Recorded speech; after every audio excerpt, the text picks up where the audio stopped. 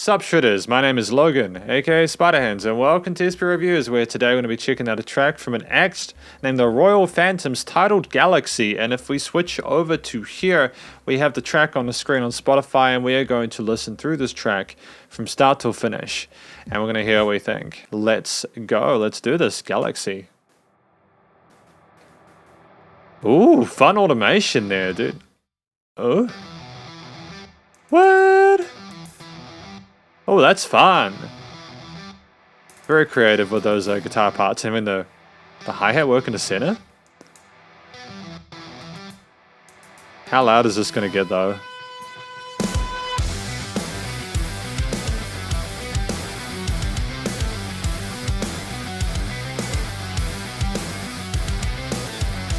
That is a filthy main motif, dude. I dig it. The precision on that playing there, the guitar work.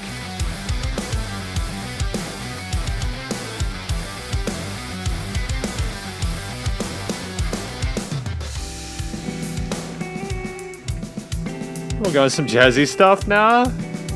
Ooh, those drums, man. I put it in the work. So much range with those leads as well, and just the jazzy sort of resonance reverb there. It's phenomenal, man.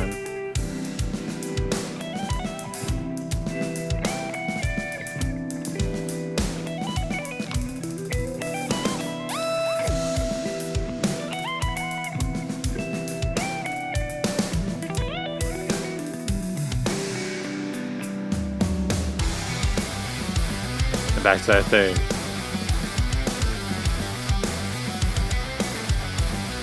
The bass is in there and must just be really tight.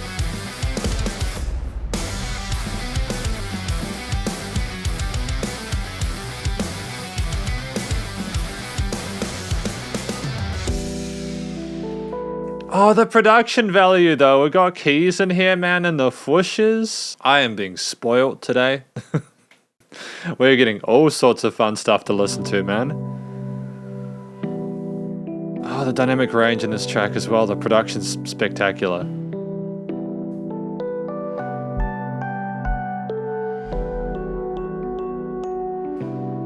Lots of love for it, man. Oh, some spicy synths on the sides.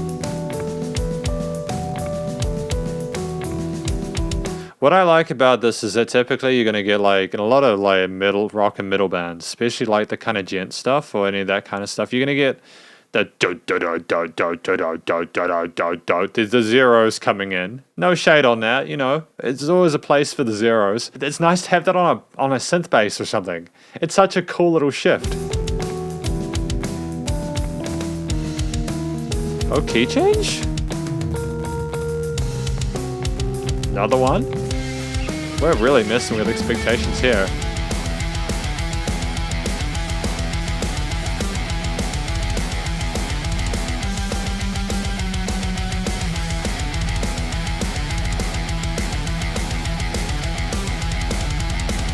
The 16th triplets, man. Here we are.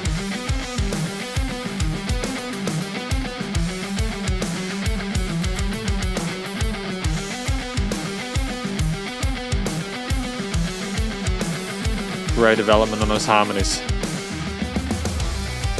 Dude, I love it. We didn't allow listeners to get too used to that. Constant shift, man. Enough time with a theme to be able to appreciate it, but like, no, it's been taken away again.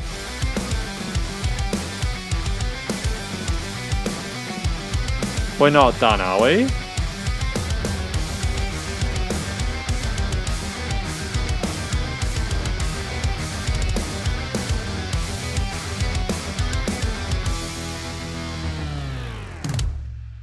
I think I need a cigarette after that one.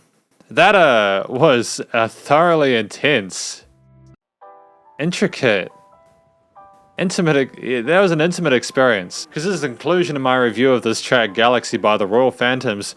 Dude, where do I begin with this? Obviously it was an instrumental, so you didn't have a story that was being told there, but I like to imagine it's like taking a trip through the galaxy, going through different time zones. You have the that kind of 16th note theme there going, just as the kind of golden spaceship going and all the friggin' Star Wars sounds you can imagine, and then you have different pockets where like you have the lead solos or the clean jazzy stuff will come in, and it's just, oh dude, the little bits of the dry stuff with the trills, tremolos and stuff like that, and then the arpeggio work later on, and the drum fills. I'm going between those triplet and 16th grooves with the 30-second kicks and stuff like that, and it's just like, where does the party stop and where does it end? Like, I adore this kind of music. Like, low-key, I love it when I have no idea what's going on and what's going to happen next. Obviously, we don't have a vocal performance to comment on, but I think the lead voicing of the guitar is some of the most creative stuff I've heard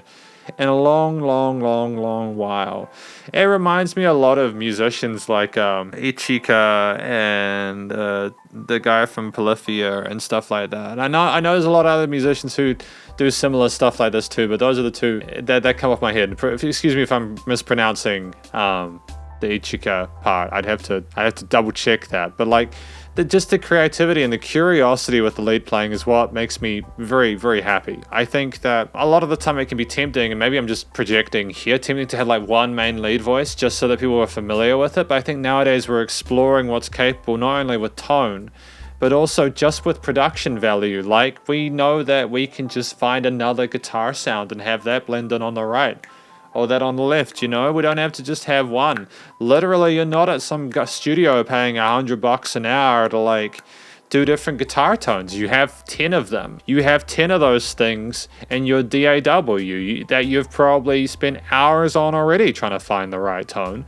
And especially with I'm not sure how they did the drums. My guess is that it's 50-50 whether they recorded or sampled them. I don't mind either way. I think it's dope. It's just, there was dynamic range to that drum performance, so it makes me wonder whether they did hire a drummer on. Either way, like, legit, very happy with the chemistry between the guitars and the drums. I'm sure there was a bass in there somewhere. There were bass synths and stuff like that. It was just so full sounding in the hook, especially, and when those like those sizzly zeros came in the latter half. The structure of this track was effectively through composed, as far as I can tell. There were like sort of like chorus or hook parts. There was like an A section you return to, but it's like we're in like A, B, A, C, A, D. We didn't go like verse, chorus. It was more of a journey rather than anything. I think that's awesome. I think the freedom of having an instrumental track is that you can do that. It's unfortunate when people feel the need to have an ABA structure in an instrumental, because then people are going to go, oh, but this usually has a story that's being told on top. Whereas if you make it different and make it more of a progressive experience, I think that's a better way. I mean, like the Royal Phantoms have done, I think that's a better way for people to disassociate from the need for a singer. So I think that was done tremendously well. There was the guitar performance was spectacular. It's not even that we shredded, man. It's not even that I heard little intricate sweepy bits and stuff like that. It's not even the tightness of that main motif there. You know, it's not even that. It's that we explored a lot of different guitar tones, and we found the ones that were appropriate. I think like it was a masterstroke, including the keys later on. You know, just having that change in like pace. It's like, oh, we had guitars, and not only the fact that we had the keys in that second bit, but that we made them sound like palatable and presentable, and like they had connection with everything else. The drums just kept everything going. Like, honestly, like that drum performance would be pretty tricky to do unless you're pretty damn keen on the kit. But it's a fun track. It was a fun track to listen to and enjoy and vibe your head with.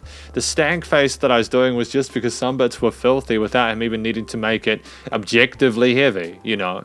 When your song is that intense, you've got the stank face, I'm like, you know, kind of like that spice to it. That's when you know you've got a great track, you know. I think the mistake a lot of like bands in light metal, for example, they try to make stuff too heavy and they overdo it, and it's like cheesy because it seems like they're trying too hard. This slapped without that. It was just excellent. Lots of love for it. So, you know, the performance and the structure and the main motif It sounded interstellar, you know, things are connecting pretty well.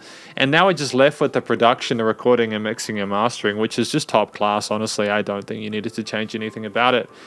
There was just enough reverb gluing everything together. That was the only thing I was thinking. Do they sound too separate? But there was attention paid to try and get everything transferring well between each other for there to be those seamless transitions. I also think that tentatively we had however this was made, because I can't imagine how they managed to put this together. It's just so everything was so fresh sounding.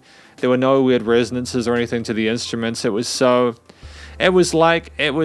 clinically mixed and mastered without being sterilized. It's like we just were really damn good at that post-production thing, and it showed.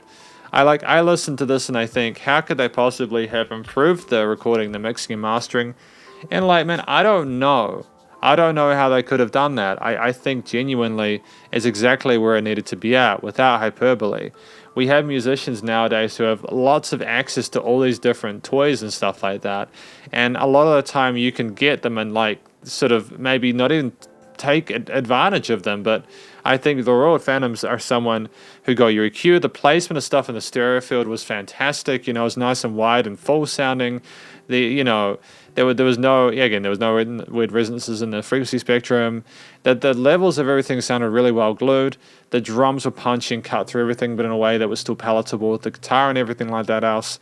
And just limiting compression was absolutely spotless. I've got nothing but love for this track, honestly. Galaxy, if this is their first track, it's really strong, because this is effectively my review of Galaxy by the Royal Phantoms, and I hopefully you enjoyed it. If you did, please do go show them some love via their various social medias and their Spotify page. Stay cool and stay safe, and please remember to support your local musicians and artists at this point in time, as either help more than ever with all the crazy stuff going on, and I will catch you in the next review. Spiderhands out.